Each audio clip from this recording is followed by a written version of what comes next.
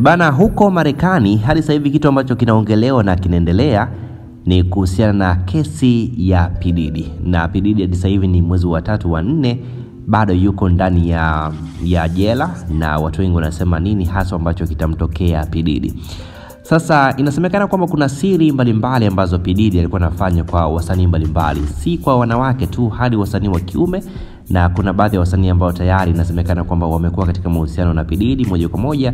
Kuna jamaa mmoja anaitwa Meek Mill, kuna Asha Raymond, pamoja na wasanii wengi wote hao inasemekana kwamba wamejihusisha kwa namna moja au nyingine kuwa katika mahusiano na P Diddy. Hilo ni jambo la kawaida sana kwa Marekani. Sasa moja kwa moja inasemekana kwamba ili uweze kuwa msanii wa mafanikio zaidi, msanii mwenye pesa nyingi, mwenye mafanikio, upate collaboration na wasanii wakubwa, inasemekana kwamba ni lazima upitie kwa P Diddy kwa kipindi hiko cha nyuma. Na utaona kwa mfano huyu jamaa wa Afrika hapa anaitwa Burna Boy, na inasemekana kwamba Burna Boy pamoja na P Diddy walikuwa ni marafiki wakubwa sana na vitu kama hivyo. Sasa yote hayo ni masharti kwamba ili uweze kuwa ni mtu mkubwa lazima tu upitie kwa P Diddy. Sasa kwa bahati mbaya au bahati nzuri, leo hii kuna jambo ambalo limeonekana huko mtandaoni, na jambo hili linamhusu Diamond Platnumz pamoja na P Diddy. Watanzania wengi walifurahia kusikia kwamba Diamond na P Diddy wamekutana, na hiyo ilikuwa ni mwaka 2022 kama sio 2023.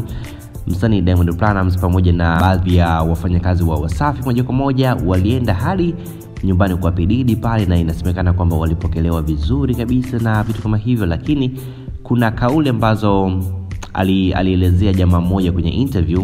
Alisema kwamba P Diddy alimuita Diamond Platnumz kwenye chumba cha juu zaidi waweze wakaangalia movie na vitu kama hivyo. Sasa hapo kilichoendelea sisi wa Tanzania hatujui, lakini watu wengi wanahisi labda vingine kuna masharti ambayo Diamond Platnumz alipewa na P Diddy, either aliyatimiza hayo masharti au hakutimiza. Lakini watu wengi wanasema kama hizi ndo tabia sasa za P Diddy, kwamba ni mtu ambaye anajihusisha na haya mambo. Wa Tanzania wakawa na hofu labda pengine P Diddy pamoja na Diamond Platnumz kuna kitu kilitokea.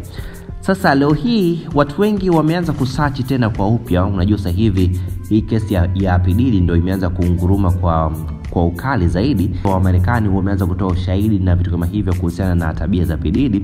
Sasa hivi moja kati ya keywords, moja kati ya vitu ambavyo vinasachiwa sana huko Google ni Diamond Platnumz na P Diddy. Ukiandika jina la P Diddy kwa mbele pale utakuta Diamond Platnumz, na ukiandika jina la Diamond Platnumz Google kwa mbele pale utakuta P Diddy. Hivyo watu wengi, si wa Tanzania tu, watu wengi wameanza kusearch na kujua kiundani zaidi kwa nini kilitokea kati ya Diamond Platnumz pamoja na P Diddy. Hilo ni jambo ambalo sasa hivi linaongelewa sana Instagram, na of course ukiingia Google pale ukisearch tu P Diddy kwa mbele pale utakutana na Diamond Platnumz. Sasa watu wengi wanasema hii keyword sasa hivi imekuwa ikitembea sana. Pengine kuna kitu ambacho kitatokea au kuna ushahidi ambao tunausubiria kwa hamu kabisa kuhusiana na ukaribu wa Diamond Platnumz pamoja na P Diddy. Bana, hapo chini andika comment yako. Mimi naitwa Hansi David HD.